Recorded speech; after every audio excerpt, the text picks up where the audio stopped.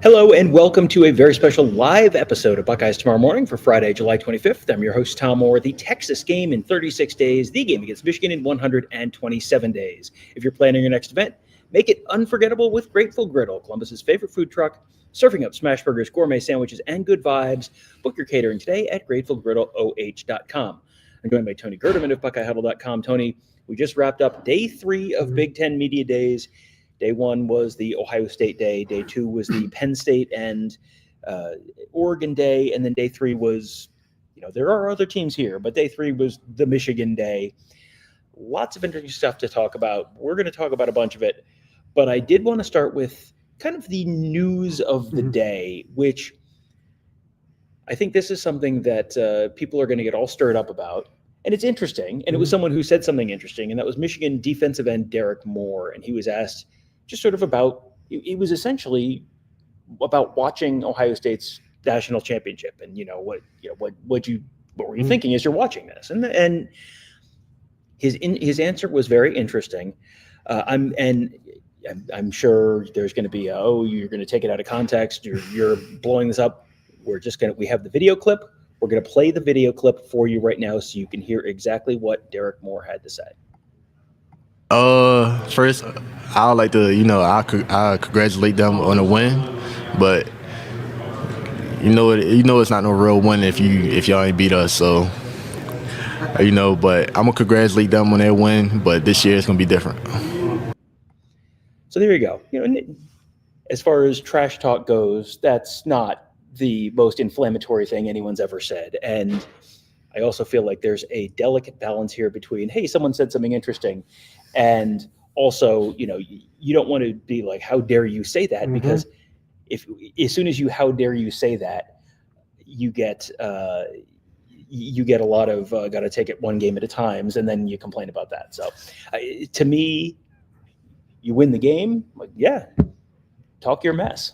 Well, and Sherrone Moore called it clickbait. Yeah, I have Sherrone Moore's reaction. Yeah, do we want to? Sure. Okay, we'll play. Yeah, no, that's fine. We didn't do much show preps on this, so we've been working. Yeah, we have been working. So I'll just play the Sherrone Moore clip reacting to the Derrick Moore thing. I think one of the most telling things is just watch his face at the beginning of this. Try to clickbait the players. They won the national title. They were the best team at the end of the year, so I give them all the credit that they give. They were well deserving. They played really well, and they obviously won. They won it all. So kudos to them.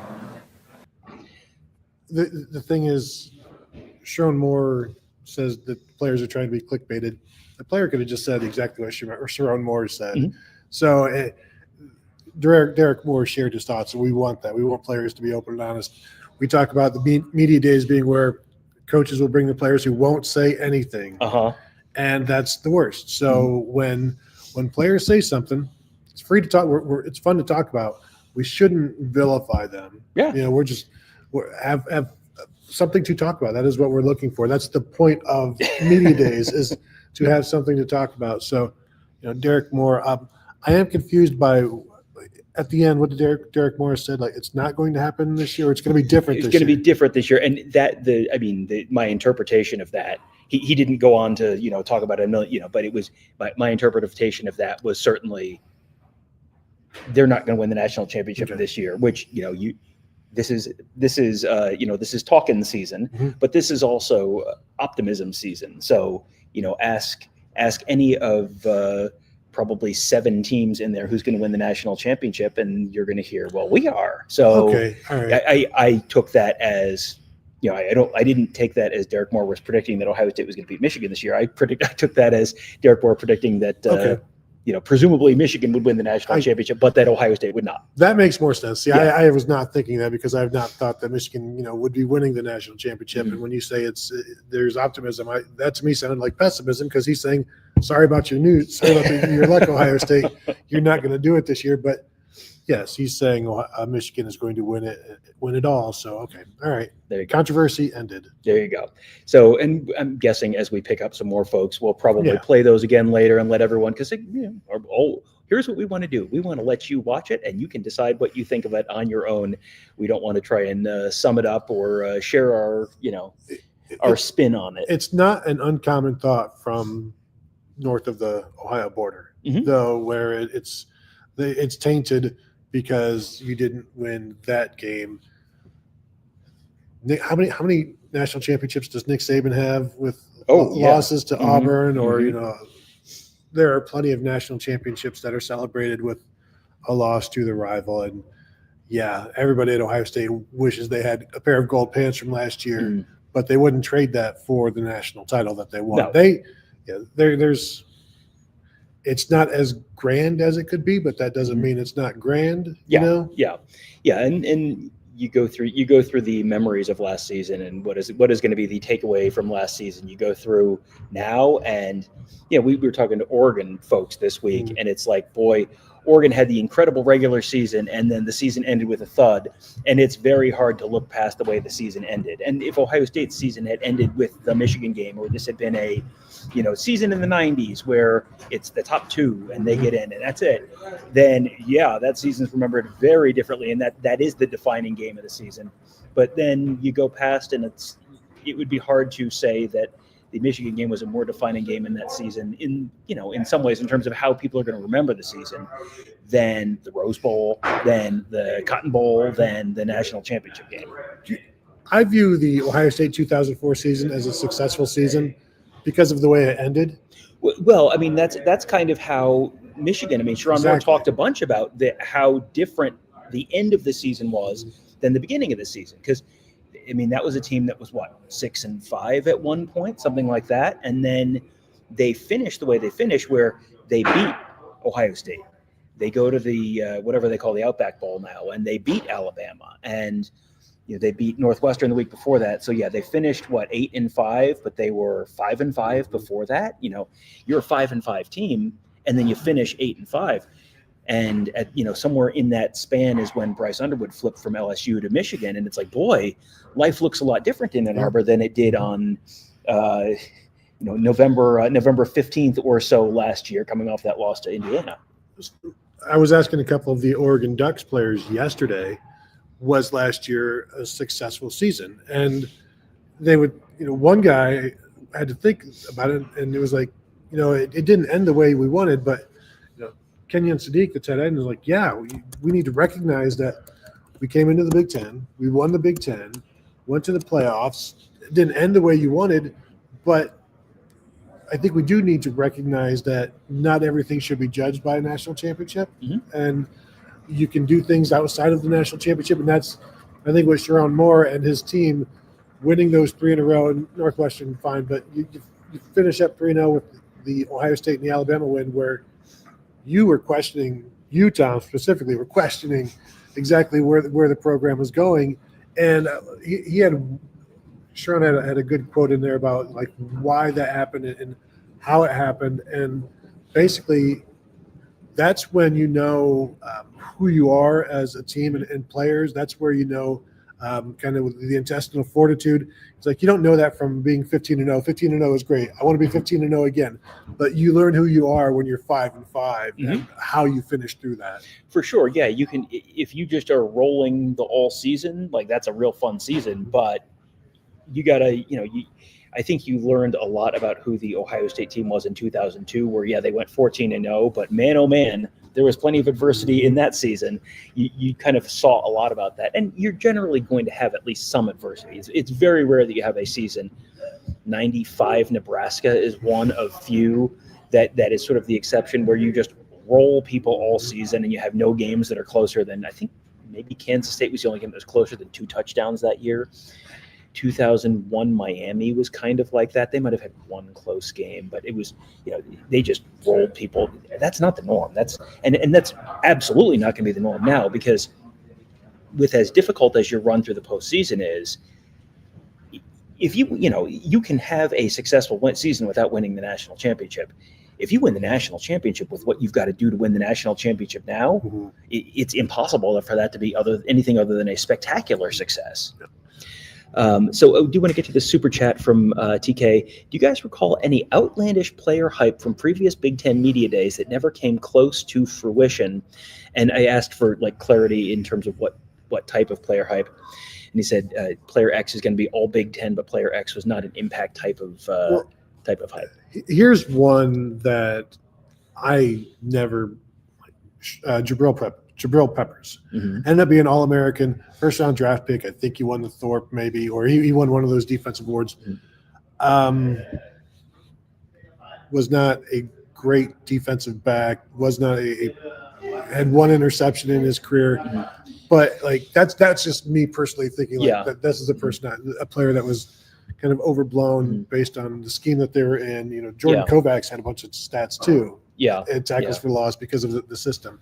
But in terms of this, like I don't. Did Anthony Morelli ever come to Big Ten media days? I'm sure. I mean, you have guys who you hear a lot about over the years, and the production doesn't necessarily translate to the field. I'm not coming up with any incredible examples right now. But they're Donovan Edwards. Oh yeah. While we're still on the topic of Michigan, because he was here last year, I believe.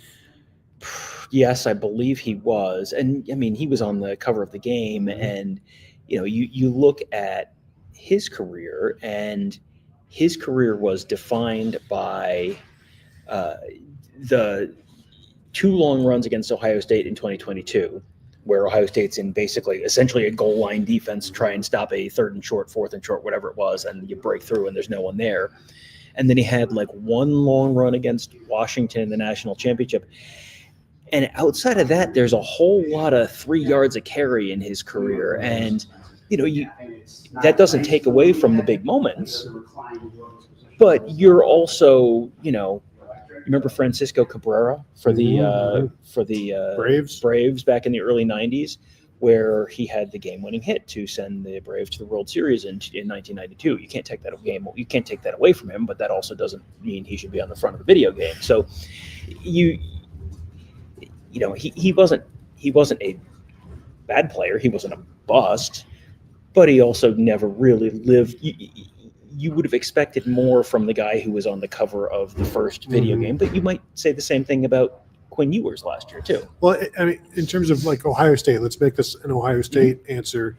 Terrell Pryor was never all Big Ten. Yeah, and he played 4 years at Ohio State. Well, 3 years at Ohio State, and he was the #1 recruit in the nation, and it was never all Big Ten. And you can't say, well, it's because he played in Jim Tressell's offense. Well, I saw Troy Smith win a Heisman. I wouldn't be shocked if Todd Beckman was first team all Big Ten in 2007. Yeah. So or probably maybe Chad Henne at that point as a senior. He didn't have a great 2007. Maybe that's the Anthony Morelli. Yeah. But like Ohio State has those guys as well, and I don't know I don't know that Terrell Pryor was ever here because he would have been a junior in 2010. I don't know if he was there, but I think that's one that Lydell Ross after his freshman year. Now we're going back a ways, but are there any Ohio State players that you can? I mean, I can think of lots of Eugene guys Clifford. you can think of lots of guys who were 5-star recruits who didn't pan out, and sometimes it was injury, like a guy like Mike DeAndrea, someone like that. Justin Zwick was kind of like that.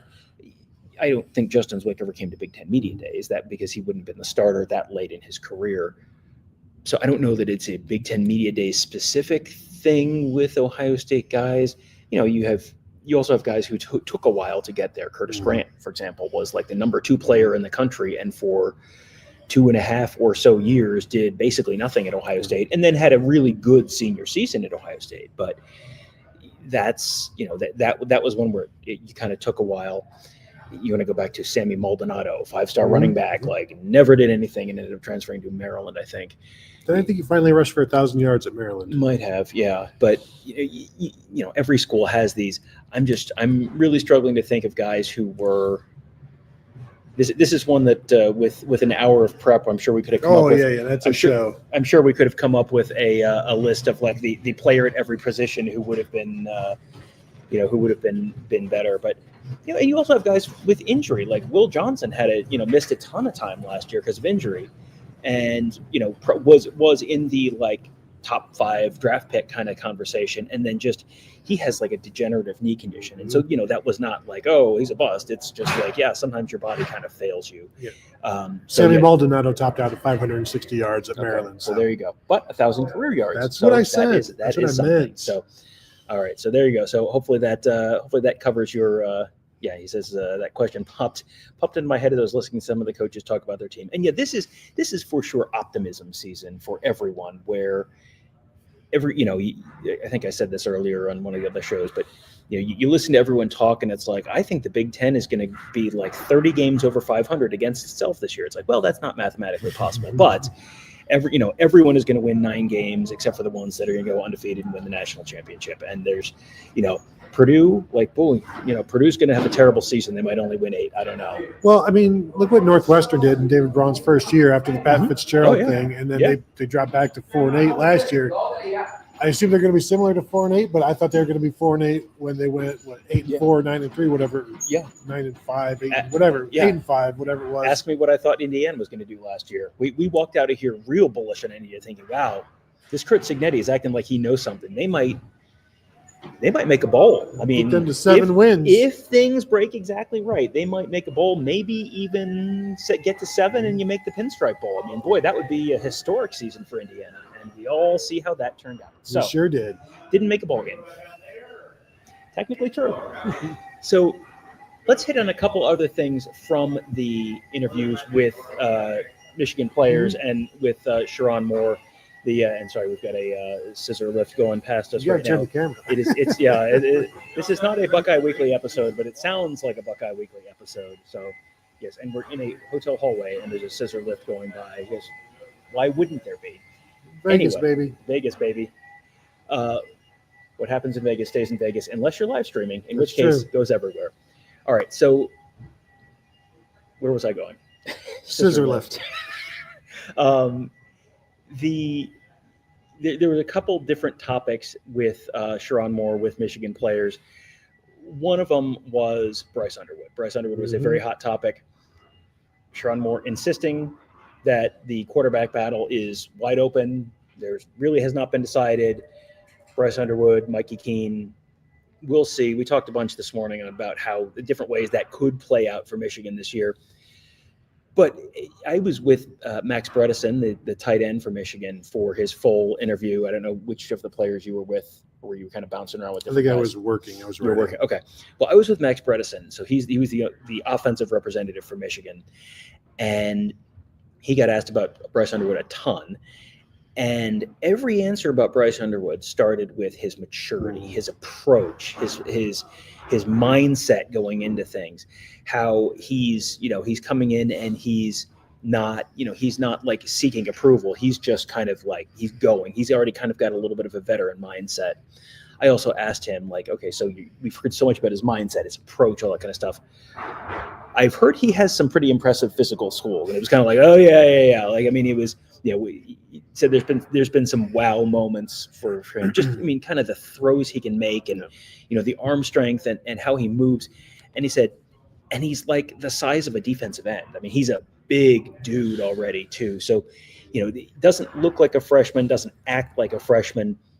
You still would assume there are going to be plenty of freshman moments for him as he goes. But one thing that Sherrone Moore talked about with Underwood, but also with a bunch of other guys, is how much they've been reshaping their bodies. And, this is like the equivalent of baseball spring training where everyone's in the best shape of their lives. But, he was talking about some specific numbers where you saw meaningful changes in guys. And I think that's probably, Bryce Underwood is kind of that first year in college, in a college strength program. He came to Michigan in better shape than you used to see freshmen come to campus in, but you also are probably really reshaping your body once you get in that college nutrition program and the college strength program. Yeah, he said, Sherrone Moore said that Bryce Underwood's up to 230 from 215, maybe in the spring. The winter spring roster lists him at 208, but he said he's cut fat and he's stronger and he looks good. That's why 6'4", 230. That used to be what the defensive ends looked like, when Sherrone Moore was playing, and some still do now that the defenses are getting smaller as well. But I saw him at a high school camp, and you could one of those guys that you could just tell that they're different. His football looks different than everybody else's at the camp, and still, he said nothing's gonna be given to him, and he doesn't want anything given to him. And you're talking about the maturity. So many times I've heard Sherrone Moore talk about him. He also credits Bryce Underwood's parents for the way he's been brought up and for the way he's not just looking for things to be given to him, especially in this age of the high school quarterback and the quarterback dad. The quarterback dad, yes. Where it's like, why is my son not playing? And so now we'll see if Mikey Keene is completing 52% of his passes through 6 games and Bryce Underwood's only playing sparingly. Then we might see, why ain't my kid playing? Yeah. But so far, so good there on the maturity front. Yeah, and he was asked, I think, about at one point the NIL piece of that. And, there have been – he sort of poo-pooed some of the numbers that are out there a little bit. Whatever the NIL package was, it was generous, which is, legal. There's nothing wrong with that. But you do run into, you can't make your playing time decisions based on the size of the NIL package, but you do wonder, and he talked about the donors are not going to look at this and go, well, he's not playing week 3. I want my money back. Right. But there is the thought where if you're not playing him, does that bum him out at some point? And it's like, you've broken your promise to me, like the NCAA video game. You broke my promise. I'm heading to the portal. You're like, I don't expect that to happen. Plus, I don't know what these contracts look like anymore. Where freedom of movement for the players, but there's going to be some money owed if you do choose to leave. But yeah, we're not there by any stretch of the imagination. I think, did we come to the conclusion that it's better for Mikey Keene to play until? I think it makes a lot of sense to have Mikey Keene start the season, and you work Bryce Underwood in. You have some packages for him. You tell him he's gonna have the third drive of the game, whatever it is. Like, you work him in there. It would be very hard to have Bryce Underwood start and then go, yeah, this isn't really working because it's a true freshman. It might not work right away. That's how it is, and you have losable games early. You have Oklahoma week 2. You're at Oklahoma. You have at Nebraska week 4. Those are losable games. Not that they're going to lose them necessarily, but they're losable. If you have a true freshman out there and you have to yank them, that's a much bigger confidence issue than, hey, we're going to work you in. We brought in a veteran guy to be a veteran guy and to start to play, and we'll work you in as it goes.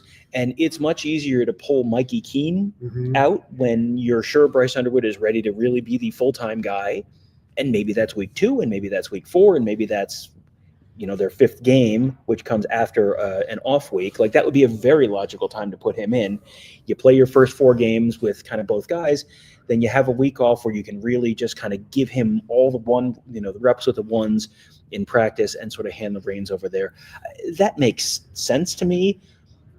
If you take Sherrone Moore at his word, they really don't know what they're going to do yet. So, they would be guessing like we are. We talked this morning about projecting freshman numbers, and I threw in the Dylan Raiola from last year as over-unders. I don't want to do that same show, but this one I was thinking, Chad Henne. 2004 as a true freshman. 2004 as a true freshman. 2,743 yards, 25 touchdowns, 12 interceptions. I think he started every game. And I think these are all high for Bryce Underwood. Yeah. I was thinking, was he the last true freshman quarterback to start at Michigan?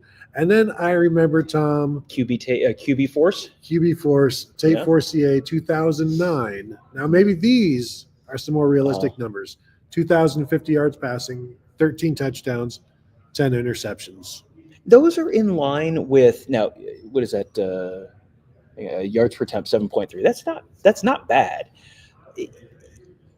Those are numbers that are kind of in line with what you got from Dylan Raiola at Nebraska last year. Like, those are almost, touchdown to INT ratio is almost identical, I think. So that's I think that's probably a little less than a 50th percentile outcome for Bryce Underwood. I think you should see numbers a little better than that. But that's not also like the worst possible case scenario, like you could be, that's probably, like I said, 30th, 40th percentile outcome for him. Realistically, he's probably going to be, he probably has better weapons than QB Force did back in the day. I think he also is a little, he's bigger, stronger, probably at least as athletic, if not more athletic. And so, yeah, I'd bet the over probably on most of those numbers. 2,000 yards. When does he take over as the starter? How healthy does he stay? Because, Sherrone Moore talked about, you're going to want, if the quarterback can run, you're going to want to run the quarterback. But if you're going to run the quarterback, you better have two quarterbacks. And Mikey Keene, I don't think he's much of a runner. He's a smaller guy. He's like 5'11". Right, yeah. But I think he rushed for over negative 100 yards, like less than negative 90 yards. It was like negative 100 or something like that. Mm-hmm. So I mentioned Chad Henne was maybe the 2007 All Big Ten quarterback, and you're like, no, his numbers are terrible. He actually was the coach's number one quarterback. 1,938 yards, 17 touchdowns, 9 interceptions, 58.3% completion percentage in 10 games. Todd Beckman was the media's first team All Big Ten quarterback and honorable mention per the coaches. I've said it for years. College football coaches don't know ball. Now there's a guy, Kellen Lewis was a second team quarterback both years. He got Indiana to a bowl game, and then unfortunately they lost their coach after that. Yeah. That was the last year for Terry Hepner, I believe. Yeah. And boy, Terry Hepner, not to have a complete digression, but Terry Hepner was the guy who seemed like he had Indiana trending in the right direction. I don't know if he would have gotten them to Kurt Signetti level, but he was the guy who was like, oh man, this is the guy who can do it. And then he tragically passed away. He had, I think, brain cancer, I believe, and tragically passed away. But yeah, it's nice that Indiana did finally, have something other than a, tragic end to their story. So let's go through other takeaways from the Sherrone Moore press conference.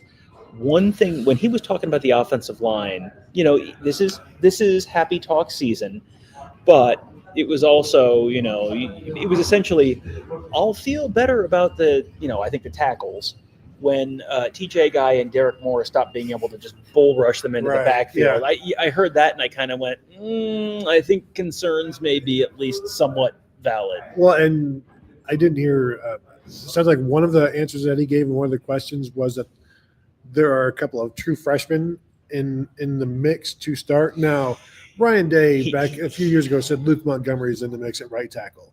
So there's that sort of thing. But when you're getting true freshmen involved, I think that's a concern. But he also mentioned they've got a lot of versatility. Their tackles can play guard, that sort of thing. They got some good experience from the guys that are back last year in terms of it was experience. They weren't necessarily good with that experience, but they're better having done it this year. It was good for them to have the experience, not that it was good experience. Yes. So I think there's still a concern there for the offensive line. And I don't know exactly how much to read into that because you can sign it. We've been around him enough now that you can kind of get a sense sometimes that he says a lot of names. He talked about the running backs and he talked about 8 different guys, and it's like I don't know who their FCS game is this year or whatever, which directional Michigan they're playing, but that name you just said is going to be the guy who's carrying the ball with 3 minutes and 42 seconds left in a 50-point game against some directional Michigan school. But you said his name in the conversation about running back, so I don't read a ton into that. If we get to week 3 of camp and he's still saying that name, then okay, then we can have a conversation. But it doesn't have to be a true freshman. And they have a 5-star tackle recruit, like a 2025 guy, 5-star tackle in their class. If you're playing him this year, that is not good news. But I don't know that they feel good about either of those tackle spots, or at least great about either of those tackle spots. No, and you mentioned he's just throwing out names. He was talking, we were both there. I'm sitting there with my laptop, and he's throwing all of these names out, and he's talking about this tight end who's showing up as has really good hands, and I'm typing his name into the roster, and I'm scrolling down. It's like, this dude's wearing number 43. He's never going to play. Don't give me these names with all of these terrible football numbers. You're lying to me. Who's the best number 43 in Ohio State Darren football? Lee. Was he 43? I think so. Okay. sounds wrong, but I couldn't tell you for sure you're wrong. I had 42 in my head. 43. There you go. Wow, that was well done. You're welcome. Impressed. I'm impressed. The best 42? Bradley Paul Robinson. Warfield. Bradley Robinson. You win. Yeah, you can't tell me I'm wrong. So that's offensive line. I think that's a concern. Running back, I don't think a concern. I feel like between Jordan Marshall and Justice Haynes, who's the Alabama transfer, I think they feel pretty good about that.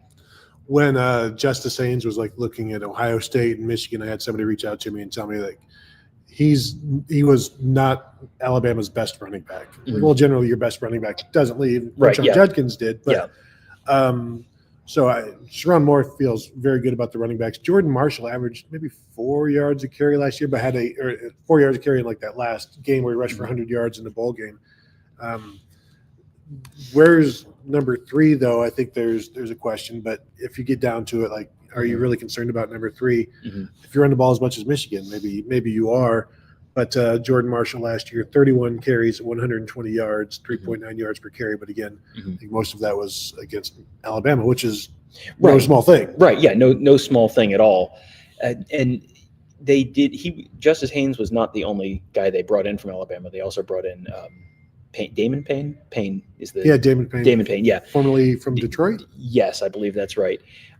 He is one of the nose tackles that they're feeling pretty good about. Rayshon Benny, the other one, who he was someone that Ohio State was looking at and camped at Ohio State and ended up choosing Michigan. And those two guys in the middle of the defensive line, it sounds like they're feeling good about them. Derrick Moore on the edge, they're feeling pretty good about. We'll see what the depth on the defensive line is, but it feels like they are probably feeling much better about the defensive side of the trenches than the offensive side. Well, and TJ Guy, the other defensive end, got plenty of playing time. They've always had like a 4-man rotation at defensive end. They've done really well with that. Derrick Moore has been in that rotation since he was a true freshman. I think he's finally a senior now. Yes, I think that's right. Yeah, he's very experienced. And then this is another area where Sherrone Moore was just naming names, and not just naming names, because he seemed to be like really excited about the defensive line. And again, a lot of these guys, not that they come out of nowhere, because these are Michigan recruits, right? But there's another guy that just rushes the passer really well and is able to get into the mix, and then they bring in a transfer that does well. And I'm not sure what the transfer situation looks like in terms of where that's buoying the defensive line, although they do have some interior. Got at least one interior guy from Maryland, I believe. That sounds right. But I'll doubt the Michigan defensive line when I see Ohio State running through it. Or I think you can look at, they lost Kenneth Grant, they lost Mason Graham. That those are going to be tough guys to replace, but also say, but they might be able to replace them. Do they get 100% of those guys? Do they have a top 5 pick? Not necessarily, but you could be 80% of those guys and still be a pretty good pair of defensive tackles. So I think Rayshon Benny's a guy that's gotten better. Early on in his career, he was just a guy. But then when he played more and more, you started seeing him pop up more and more. Yep. Linebackers, Ernest Hausman was here. That's another spot where, how did you think he felt about their linebackers? I think it feels pretty good. Jayshon Barham is the other linebacker who's 6'3", 250, says he can play on the edge, can do a lot of things. Very versatile. Jimmy Rolder is kind of like their Peyton Pierce, where he's a younger guy, but he may finally be a third year. I'm not sure if he was a true freshman last year. A lot of names to remember. I think this is at least his third year, because he was someone who was a very, very late in the cycle recruit. He was like a late riser, and Ohio State was in on him. And was he from Illinois? Is that right? He was a very, very late riser in the class, and it was kind of like, Michigan really needs one more linebacker in the class, and Ohio State needs one more linebacker in the fourth class. Year. Gee whiz. We're getting old. So it was a very, very late riser in the class, and hasn't had a huge he had what 26 tackles last year, 45 tackles in his career. Taken on a bigger role as his career is going on, but fourth year. If you have a fourth-year guy who they feel pretty good about as your third linebacker, that's a pretty good outcome. It is interesting, though, that their 2 starting linebackers are transfers. So that what is clearly the recruiting there has struggled. Mm-hmm. And what is behind them? Do they have to go back to the portal? They need to continue to develop that behind, and not just for next year, but also for this year. If they want to put Jayshon Barham, move him around a lot, there's got to be some guys behind him that can play too. Yep. Secondary wise, I know Rod Moore is back, and is he completely healthy? Supposedly, I think yes, he was. But he was someone who was maybe going to be able to play towards the end of last season, and then I don't think played at all last season. He had, I think, a knee injury in spring last year, so he should be back. On the whole, it seems like this is not the 2023 Michigan team, but it should be better than the 2024 Michigan team. I think. Mm-hmm. I think you're kind of back to a. I know they finished with 8 wins, but it really didn't feel like an 8-win season for the majority of last year. It feels like this is a Michigan team that's probably at worst kind of on the periphery of the college football playoff conversation, and they might be able to do better than that. It might kind of depend on how quickly they can get started, because the schedule is not super forgiving. No, it isn't. And Zeke Berry moves from nickel to corner. They're very high on him. Mentioned, Jair Hill is still at corner, but could play nickel. And he said all of the safeties could be in the nickel. Mm-hmm. They don't necessarily want to move Zeke Berry back there because they need him at corner. Mentioned a true freshman that could get in the mix at corner as well. They've done that before. Mm-hmm. Over the years, when they have a really good corner, they're not afraid to put him out there. So I think they need to figure out that nickel spot, just like everybody. Yeah. And what are you going to do with it? If you're going to put a safety there, can they cover? And obviously you want to stop the run first, so a bigger nickel is okay. But then what happens after that? And is Broadmoor, like Mike Sainer still is one of the best of all time. Yeah. Daxton Hill is really good playing in the nickel. If is Broadmoor a guy who is a ball hawk, and he's just a very smart guy? Is that a guy that can drop down in the nickel on passing downs? We've seen them. They've moved guys around. Idea. Yeah. When early downs you're deep. Mm-hmm. Later downs, you're up front. I think they may have done that with Daxton Hill, actually, but they've still got to figure all of that out. Yeah, Daxton Hill was there at a point where it was like the only question was who's the second best player on this Michigan defense, because Daxton Hill was that like number one with a bullet on that defense. They also, as we're talking about them playing all these freshmen, Michigan does a really, really good job of going real deep in their roster, where you'll look at the games where they're playing, fill in the blank directional Michigan, and it's like, how did 14 guys have a carry in this game? And they'll do that. They have not played tremendous non-conference schedules the last couple of years. Last year, obviously, they played Texas. This year, they played Oklahoma. But previous to that, 2022, 2023, they had a couple years where they had some real soft non-conference schedules, and they would go as deep on the bench as you see anyone ever go. And, those were under Jim Harbaugh, but you get the sense that that's sort of a philosophy that's continued with Sherrone Moore. If you're on the roster and the game's out of hand, keep your chin strap buckled up. So you're gonna get these guys some reps. And that's not something that's probably going to, in a lot of cases, make a big difference this year.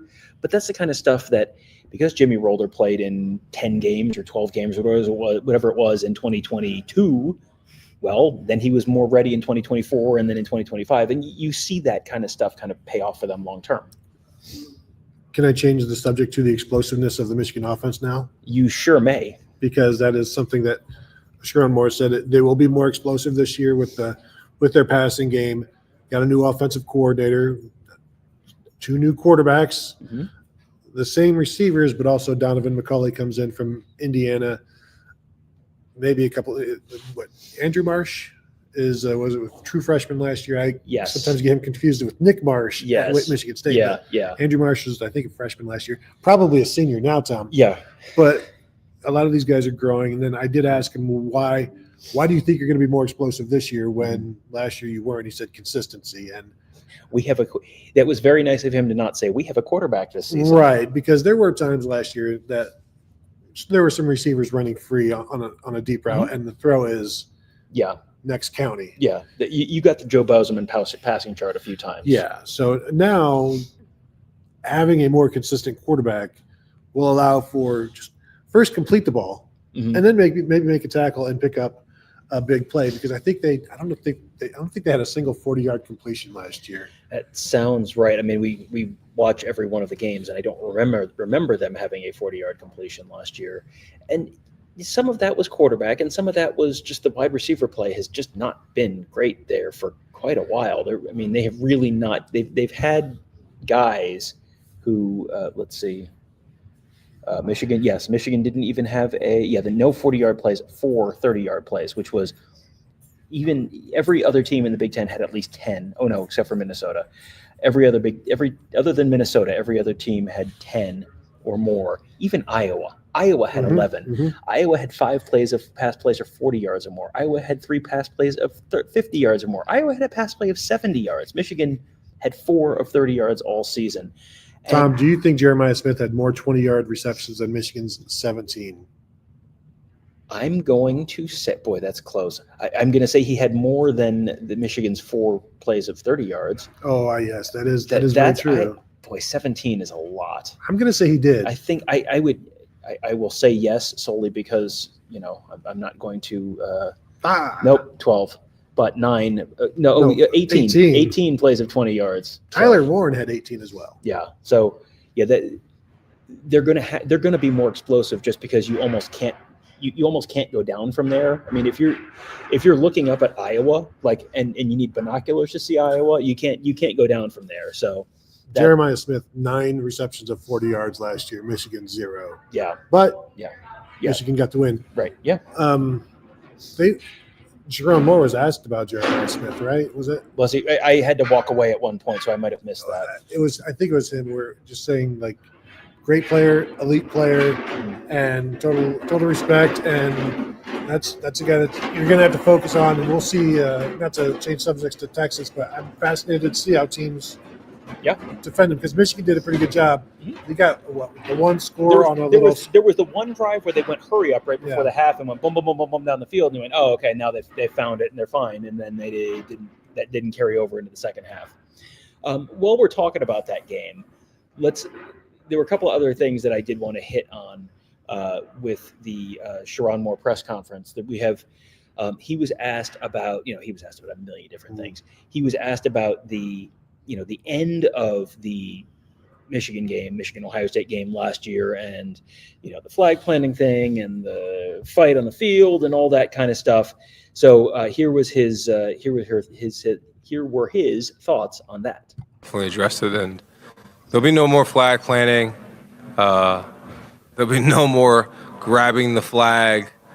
We talked about our new tradition, and what we do when we win a game is go meet the band, go sing our victors, and stay over there until the other team departs. And that's how we'll operate. Shake hands after the game, show sportsmanship, be cordial. A lot of guys in college football know each other. All these guys they're kids. At the end of the day, they're 17 to 22-year-old kids, and most of them are friends. A lot of them talk before the game. So let them have that, and but then as a team, go be together as a team, and then leave as a team. So there you go. So there was Sherrone Moore on talking about that. As he was laying that whole thing out, it was like, that was not just an answer about the end of the Ohio State game. That was also an answer about the last several Michigan games, and that one is in East Lansing this year, but that's another stadium where there's only one tunnel. So, dear state of Michigan, consider another tunnel. But we talked to Bill Carrillo on the first day. Yeah, talking about they understand the games where these things might happen, and so the stadiums and the rivalries, they know where things might happen. Yeah, so that felt like, as he was kind of talking through that, I was like, oh, this is not an answer about just one particular game where incidents have happened. So that was, I know, just that was not something that got harped on a lot, but it came up, and I'm sure Ohio State fans would be interested in that answer. Something else I'm sure Ohio State fans will be interested in is the Connor Stallions thing, and we have successfully made it all the way through Big Ten Media Days without the NCAA dropping whatever the final punishments are. So that did not happen. He was asked, and I will preface this not by an Ohio State reporter. He was asked about whether this is kind of 3 sound bites together. So the first one is about whether there's a little bit of a concern about the lingering uncertainty about what that punishment might be. Punishment's going to come down before the season, but you don't know right now. It could be a forward-facing thing. You might not be eligible for the postseason. We don't know, and they don't know. So just the lingering uncertainty about that. And then you may or may not be able to hear it because the question askers were not mic'd. But the second question is, is there a plan in case Sherrone Moore is facing a suspension? And then the follow-up to that is, essentially, can you tell us what that plan is? So here is Sherrone Moore answering those three questions. Obviously can't talk about that, but not hard because you're just so excited about what's going on and the program and the team. And our players just don't get distracted by all that. Our coaches don't get distracted by all that because you can't worry about stuff you can't control. So all we're going to do is worry about what we can't control and go play.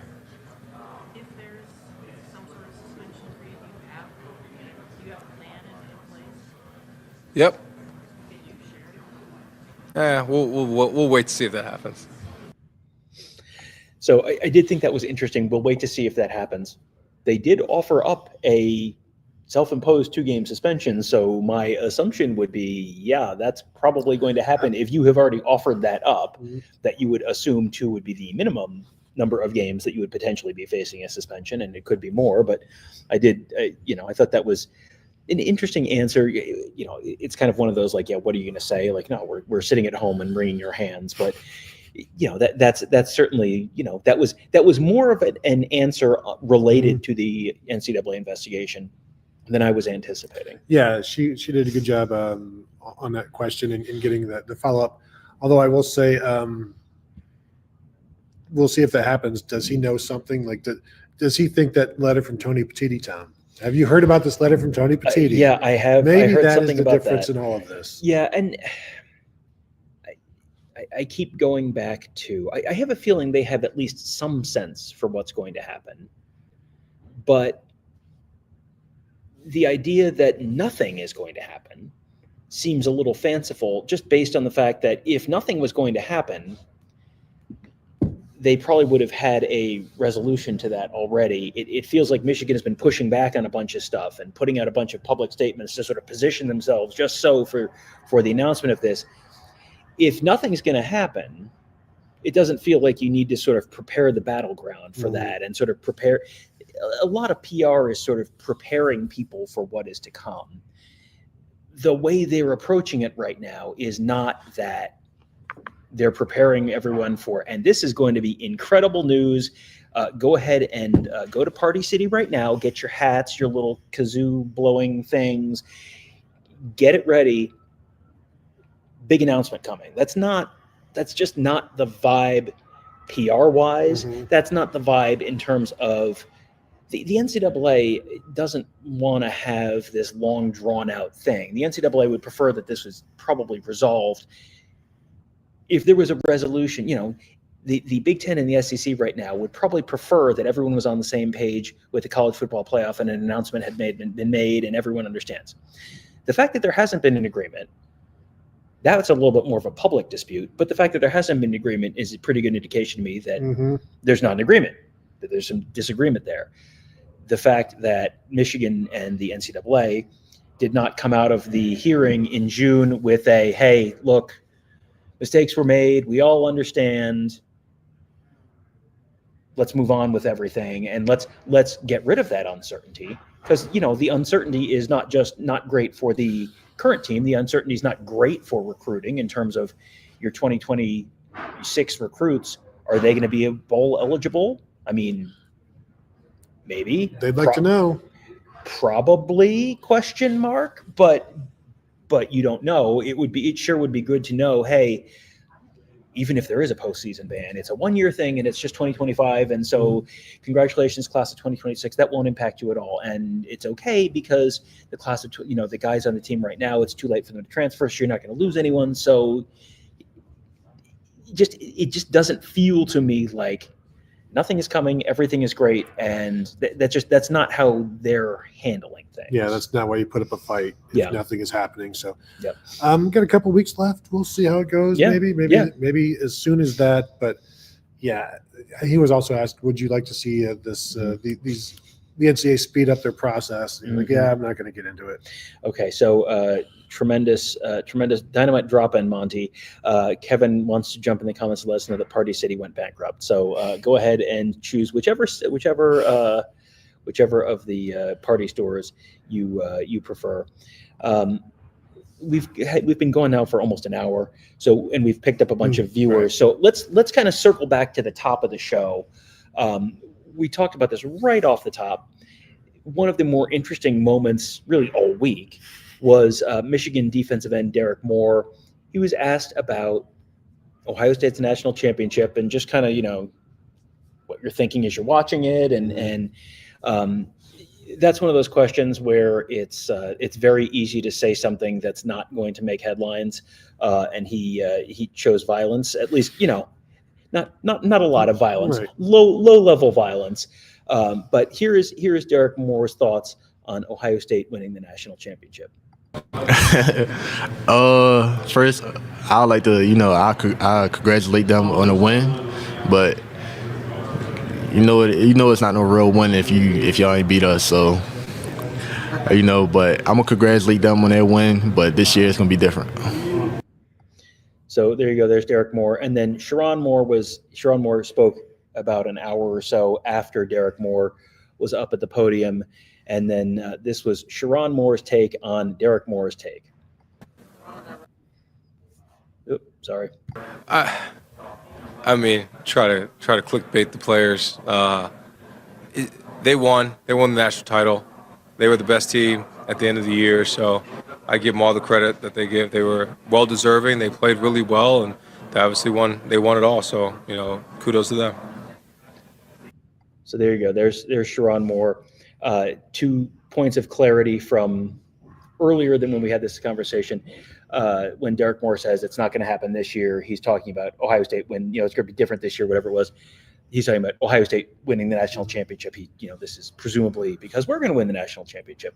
And then, the question was, I know Sherrone Moore thought it was clickbait, but that was not at all a clickbaity question. That was, and this is not, and we are providing you the entirety of the soundbite so that you can not say you're taking it out of context. Like, here's the entirety of the context. Here's the question that was asked. Here's everything he said. Well, when he chuckles before he answers, he knows he's going to say this. Oh, right. So, yeah. 100%. Yeah.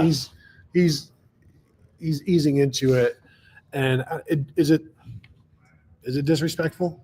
Is it disrespectful for what Ohio State did, winning the national championship, trying to take that away from them when they have the trophies, they have all of the confetti? Is there a lack of respect for not just what Ohio State did, but for Ohio State as a whole? This to me is like the college football players are having some fun, and that's okay. That's not a bad thing. And you're these kids today, Tom. This is they call this, they call stuff a victimless crime. Like, this feels like a victimless crime. It's you should see Twitter. No, I shouldn't. This is one of those things where it's headliney, it's attention grabbing.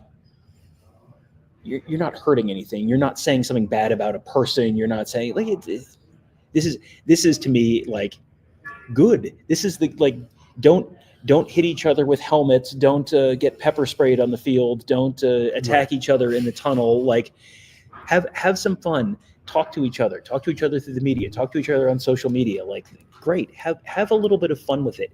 Tony, you may not be aware of this. College football is a game that is being played for entertainment, and so a little bit of the Hulk Hogan passed away earlier. You can cut a promo every once in a while, and that's okay. You can take a little bit of a heel turn. That's okay. To me, like, it's interesting.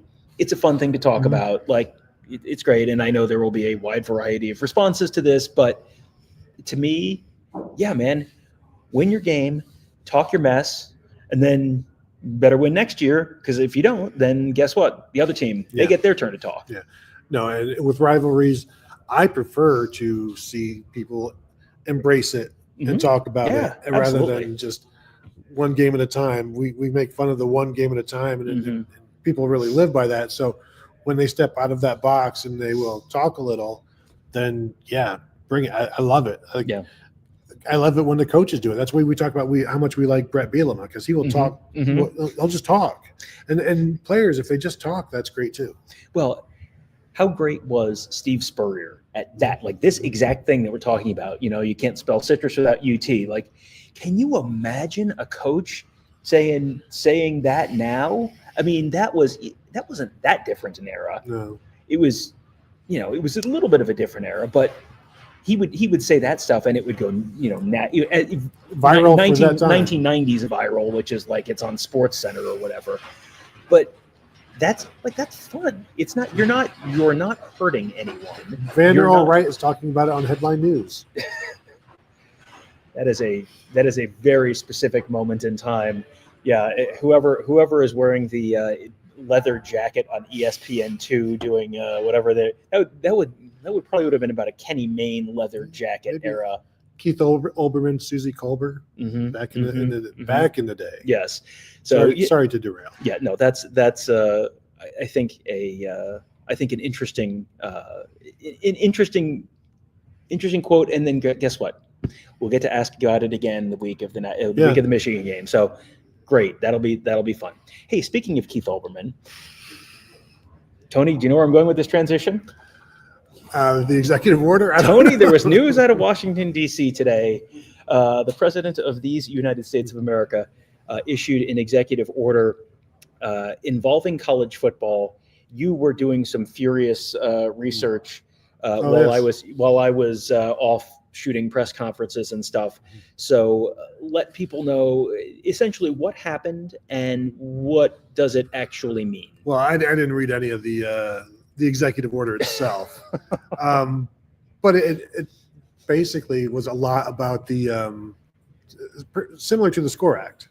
And one of the things in the executive order that they're trying to eliminate is the pay for play from the third party NIL. And one of the questions that comes from that is, well, what do we consider pay for play? Because it's all pay for play. In a sense, because you're being paid to play. But I think maybe you can't lure. You're not supposed to lure with these deals.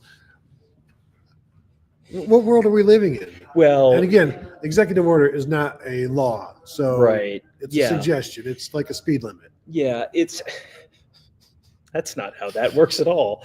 It's interesting because it seems like that's kind of in line with what the conferences would like, to provide a little more structure, a little bit, maybe a little, put a flying buttress up against the idea of the NIL Go folks being able to say, no, this is not a legitimate business purpose. Because you had a little bit of a swing the other direction yesterday, right? Yes, yesterday. It has been a week, friends, where the College Sports Committee said, they sort of reached an agreement with the House folks that, okay, it turns out collectives, no, it was 2 days ago because it was when Ohio State was here, that yes, collectives can be considered the same thing as businesses. So you sort of had a little bit of a swing in that direction, which was probably a little bit more of a swing towards not just true NIL and a little bit more of a, you can, if you can come up with a reason, if you can come up with an explanation, you fudge some receipts and you can get this payment. This is potentially, at least notionally, a swing back in the other direction. But I talked to a couple different Big Ten ADs this week, and just kind of like on background kind of conversations where we're not just, a lot of the most useful stuff we get from events like this is not the stuff you see on video. It's the conversations we have with the people off camera where they can be a little more forthcoming with information and their thoughts on stuff if you're not going to be publishing this with their name and their school and all that kind of stuff.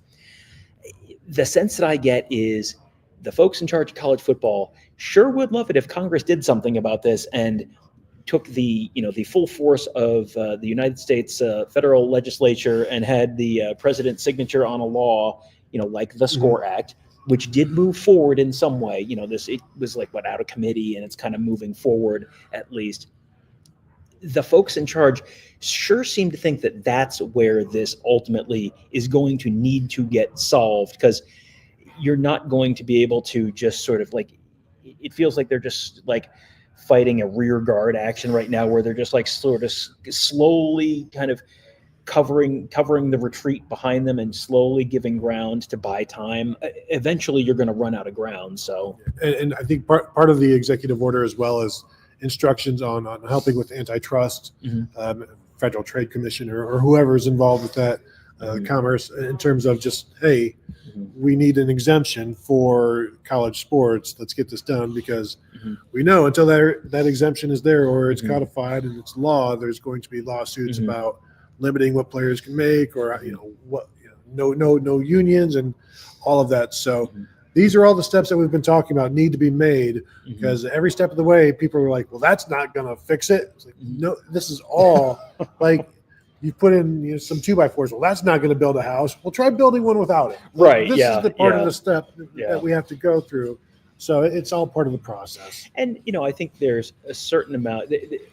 People have gotten some very strong thoughts on this, and everyone in charge is an idiot, and nothing is going to work. And it's like some of this is going to work, some of this isn't going to work, some of this is going to get upheld, some of this is not going to get upheld. I know everyone on Twitter went to twitter.com law school or message board law school, but you got to kind of let the process play out, because if this stuff had absolutely no hope of ever standing up, right, the folks who reached the House settlement, which was approved by a judge, that did go through a judge. Like, these are people. There were a lot of billable hours that went into that. That was not we'll just say this and we know it's not going to work and it's going to be gone in a week and a half. But the press release will look great. Like, that there's probably a little more nuance there than that. Do you have anything else from the press conferences today, or I don't know if you were over with Nico Iamaleava? I was not, but I did. Yeah, he did confirm that he had 2 helmets broken. Yep. Against Ohio State, and that it was very cold. Yeah, can confirm. So now hopefully it's warmer for him in November this year when UCLA comes to town. It'll be warmer than it was that night for sure, but yeah, it'll be it'll not be Westwood weather either. So speaking of UCLA, I do want to give a quick shout out to Deshaun Foster, UCLA head coach, who last year had himself a moment, brackets derogatory, where he went up and said, started to make a joke and was very clearly terrified to be talking in front of that many people, and made a joke and it fell flat, and then just froze for 20 seconds. And it was one of the most awkward moments you've ever seen. And he handled it this year perfectly. He went up, he just took it head on, made a joke about it, talked about the fact that he and his players been laughing about it. He still looked a little nervous up there at times, but you know what? That is as well as you could possibly handle that. Yeah, so. We were wondering if that's what he would do, because we thought it would be good for him if he did that, and that's exactly what he did. He was well prepared for that aspect of it. Yep, for sure. All right, so let's run through a couple questions here. Let's see if we have questions here. It's just me, Tim. Yeah, it's just me. Tim says, why wasn't Cardale Jones picked to go to the media day in 2015? Well, who is Ohio State's starting quarterback going to be as of July 2015? It was still up in the air. Who was Ohio State's starting quarterback going to be when they got on the flight to Blacksburg, Virginia in 2015? It was still up in the air. Sure was. Yeah. So if you and you don't send someone here if they're going to be a distraction, or they're going to be, you don't want to put someone in that position where they're just going to get questions about the starting, are you going to be the starter, or is it going to be someone else for an hour? That's not something you're going to do. So yeah, that was why Cardale wasn't here. Let's see. TK says, wondering how healthy Mikey Keene is. My sense, he missed the spring or most of the spring, but my sense was he's, good to go now, fully good to go, right? Yeah, I assume he was. Yeah, it feels like that would have come up, right? If it wasn't. The other thing, he's going to be certainly would have come up if he's not going to be healthy for fall camp. One of the questions was, can he still win the job without having a spring? And he's like, well, Sherrone Moore said he's got the most snaps of anybody on the team, 2,000 snaps. That's plenty enough for him to come in and win the job in fall camp. And he referenced Rod Moore, who came in June and ended up winning a job for Michigan. So yeah, he's plenty enough experience to get the job done or to win the job, just not having the spring. Yep. Joe just wants to jump in with Cardale Jones had a beautiful arm. Can confirm that was one of the stronger arms, and it was not a Joe Milton strong arm where it's just he can throw football over them mountains, but the wide receiver is on a different set of mountains. Like it was a strong arm that was also, boy. There was some Devin Smith down there somewhere in Cardale Jones's game, but he also hit some. He's no Evan Spencer, but he had some moments. 2015 Ohio State players at the media days: Taylor Decker, Joshua Perry, and Adolphus Washington. All right, no, not a Bosa among them. No Bosa, no Ezekiel. Well, Elliott, was he already? That was the year he just got suspended. They announced all of those suspensions walking 2 media days in Chicago. Oh, wow. That day. Okay. There was like 5 or 6 suspensions that dropped. Yeah. How'd that season go? Great. I bet it was great. It was, Jeff wants to know how long does Sherrone Moore stay when they aren't allowed to play postseason? Inquiring minds want to know. There was a question, but did he get asked something about how long he was going to stay? He said I will be here as long as they'll have me. Yeah, I mean, and like, what else are you going to say? But I think he recognizes he's got a pretty good gig right now, and if you do have a postseason ban, which again, this is not us saying this is what's going to happen. This is just like the premise of the question is if they're not allowed to play in the postseason, and it's a season. It's this season, and it's like, I mean, Ohio State fans, you went through 2012. It's like, well, that's a bummer, but the season is the season. Urban Meyer showed up, and then they got a postseason ban dropped on them, and it was like, well, Urban Meyer didn't walk out the door. They went 12-0, and then they moved on with life. If it's a one-year thing, I don't think it has any impact whatsoever. If it's a multi-year thing, you're kind of like buying yourself some time. That might be something where if they have a halfway decent season this year, and you're looking at a multi-year thing, you might get a year tacked onto your contract just as a, hey, look, we believe in you. We appreciate your patience with all this kind of stuff. This isn't his fault. This is, I mean, he's maybe not going to get to coach a couple games, but, this is not directly his fault. Right. So there you go. Let's see. David Greenshield wants to let us know that the 2021 Michigan non-conference schedule was weak as well. Yeah, that's true. Kevin is here just fact checking us. We appreciate it. Always happy to. Thank you, Grok. Thank you, Grok. Jeff says, glad to see Kevin take some time from the buffet to stop by. So, Kevin invited us more than 10 to 15 minutes ago to punch him into the show, which I just am seeing now. So that's all right. At this point, we're just going to let it ride. That's okay. It's just me. Tim says that pay to play is if you play, you get paid. I mean, that's kind of what it is.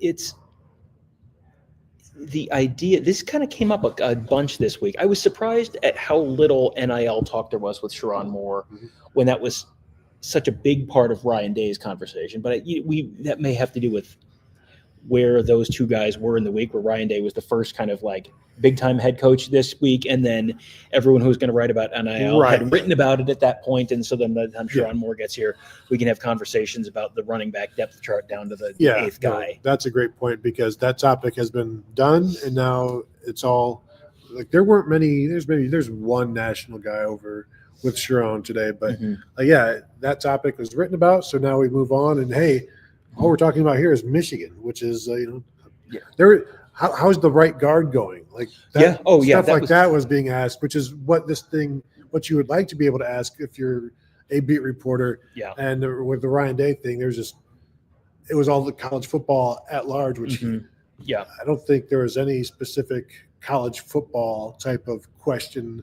that he was asked. No. I mean, about as broad as it got was the Stallions investigation and stuff like that, rather than the NIL or the House settlement or any of that kind of stuff. If he wasn't talking about Michigan, it was, I'm not going to talk about the NCAA, or he was asked about Ohio State. Mm-hmm. Yeah, that was pretty much it. So Kevin reminds you, be sure to subscribe to the YouTube channel, hit the thumbs up, hit the bell, all good ideas. We have, we are wrapping things up here from Big Ten Media Days. but we have a ton more content that is still to come. I posted a video this morning that was everything Drew Aller from Penn State said about Ohio State, and there was a ton of interest in that. I have a James Franklin one ready to go that will probably go up on Friday morning, and then I'll try and put together Sherrone Moore, everything Sherrone Moore said about Ohio State. There were several Michigan players who were asked about stuff. I'll either have, if we have enough, I'll make separate videos for them, or we'll just do we'll kind of lump it all together. But we'll have a bunch of that stuff. And we also have a ton of stuff on our sister channel, which is Saturday Glory. Go ahead and open up a new tab. Leave this one open. Open up a new tab for YouTube and search Saturday Glory. We put a lot of stuff in there that it doesn't really fit the Ohio State stuff. Like we'll put, the Ohio State related stuff, that all goes in the Buckeye Huddle channel, and the Michigan stuff kind of goes in the Buckeye Huddle channel when it's sort of framed around Ohio State.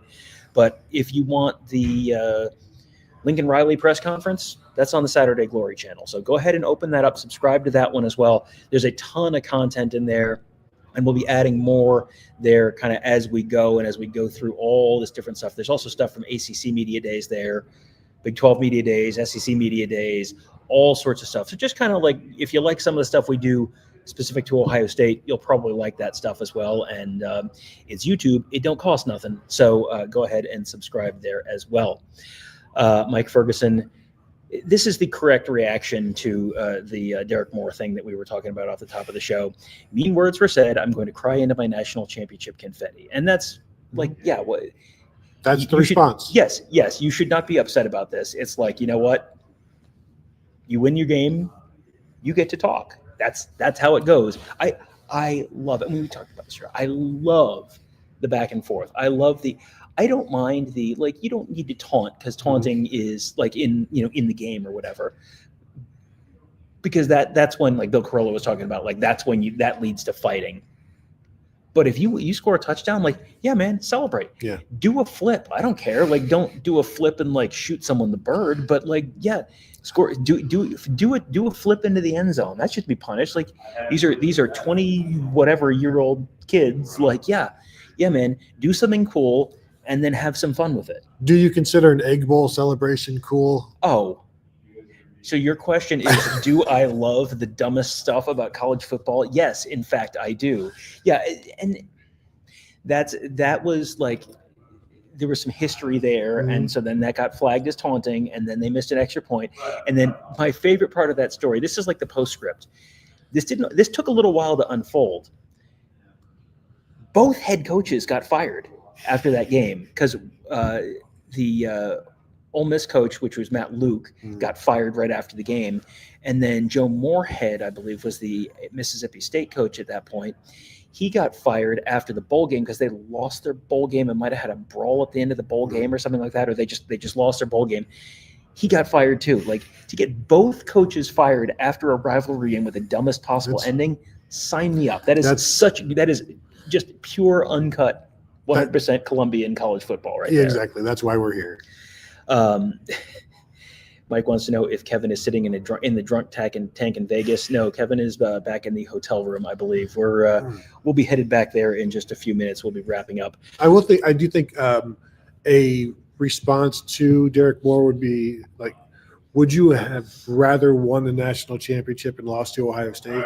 Right. Yeah. Well, yeah, we all know the answer to that. Yeah, 100%. Like you know the answer to that. The ultimate goal is to win the national championship, but you can also have fun with it. Like, you can get a little, you can do that, and you can give your little "you mad" smile. Exactly.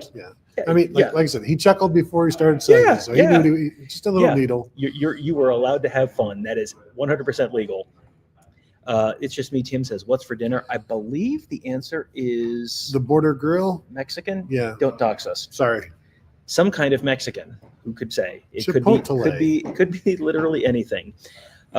This was the first time all week that I thought we were definitely not in Big Ten country, was when we had lunch today and there was salad with like watermelon on it, and it was good, but it was like, where's the meat? Where's the This isn't pepperoni and cheese. There's only 3 kinds of food: hamburgers, cheeseburgers, and hot dogs, nachos. That's like food adjacent, yes. But if it is not sold at a stadium, then if it wasn't sold at a stadium in 1993, it shouldn't be served at Big Ten. If media I'm days. not eating it out of a plastic helmet, what are we doing here? Here's one from It's Just Me Team. Do you think Will Howard will start any games as a rookie? Tony, my last NFL knowledge involved, it was like the Wayne Fonts era. So you go ahead and weigh in here. I'd say if you set the over-under at 0.5, I'm going to take the over because Aaron Rodgers is brittle and they don't. I mean, Is he? Do they have Russell Wilson too, or is he not there? Again, I don't know where he is. We should. Kenny Pickett's in Cleveland. While we're talking about NFL quarterbacks and injuries, we should mention Justin Fields. I know got carted off from practice. I never saw an update on that, but you'll never believe this. Something bad happened to the New York Jets. I can't believe it either. Franklin Fanatic says, "God bless James Franklin." Welcome back. That's welcome back. We talked about this yesterday. We love talking to James Franklin at these events. Great stuff. We'll have make sure you when you see, like, if you guys see stuff, we always get people asking like, "Hey, what can I do to help?" We enjoy the show. What can I do to help? Like, super chats are great. If you don't want to super chat or you can't super chat or whatever, like, share our stuff. Like, especially if you're a Michigan fan, share our stuff with Michigan people. If you're a Penn State fan, share our stuff with Penn State people. Like, share it on the Penn State board. Like, that's just great for us. We really appreciate it. And we really genuinely love having fans of other teams come in this, because we don't want this to just be an echo chamber where it's just, all the questions are, will Ohio State win this game by 60 or 70? And it's like, well, there are other possible outcomes on the table, but we do enjoy having interaction and getting some, information from other folks and feedback from other folks as well. But with echo chambers, you can hear the hammer better. Oh, that's true. That's true, Tony.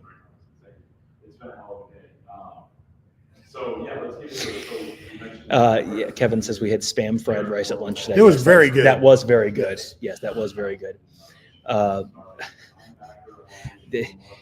Kevin jumping in here, and this is the kind of stuff that makes my head hurt. The factoid of the day that shocked me, well, the numbers are not public. It sounds like Carrot Top makes $8 million a year for his Vegas residency at Luxor. We were at the Luxor.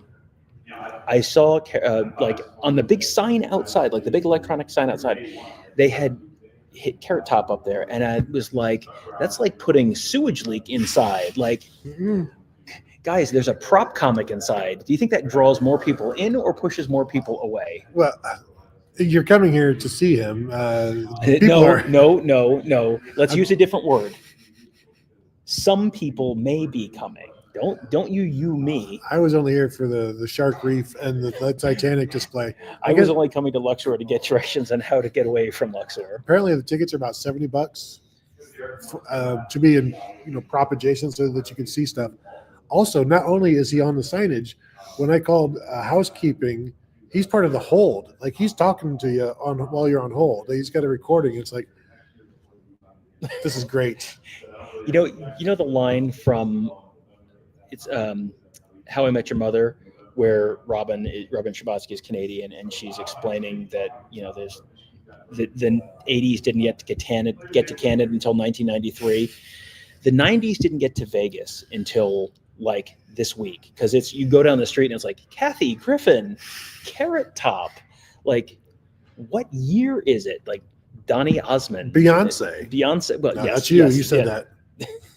that. They were. You go down the street and you're like, I forgot these people were all alive. That's crazy. So, anyway, good for them. I'm going to see John Tesh tonight. Make sure. Do you think he'll play Round Ball Rock? I wasn't sure. I'm going to call for it. Second encore. And Mike Ferguson says Tony makes $12 a 10-piece chicken nugget for his Buckeye Huddle residency. Listen. We all got to make a living. And that was my demand. There you go. So, all right. Well, thank you guys all for joining us. We really appreciate it. It's been a really fun week out here. A lot of interesting stuff. And make sure you check out our YouTube channel. Mentioned Saturday Glory earlier. Mentioned Buckeye Huddle earlier. BuckeyeHuddle.com. Jeff wants to know if we've checked out the Sphere. I walked down the Strip earlier in the week and saw it, but we haven't gone anywhere close to it. So I saw it from the Uber. Yes, we saw it from the Uber as well. Yes, but have not gone over there. So make sure you check us out at BuckeyeHuddle.com. Make sure you're subscribed to our YouTube channel. Make sure you are subscribed to the Saturday Glory YouTube channel. Make sure you are hitting the bell so you get notified when we post all this new stuff. We're going to have a ton of stuff coming over the next few days and even the next couple weeks. Also, if you enjoy these podcasts and maybe you're missing some or you want to catch some while you're out running errands, they're all available as podcasts as well. All these live shows will be on the Buckeye Weekly podcast feed. It'll be in the Buckeyes Tomorrow Morning podcast feed. Kevin does the Big Meat Kickoff podcast.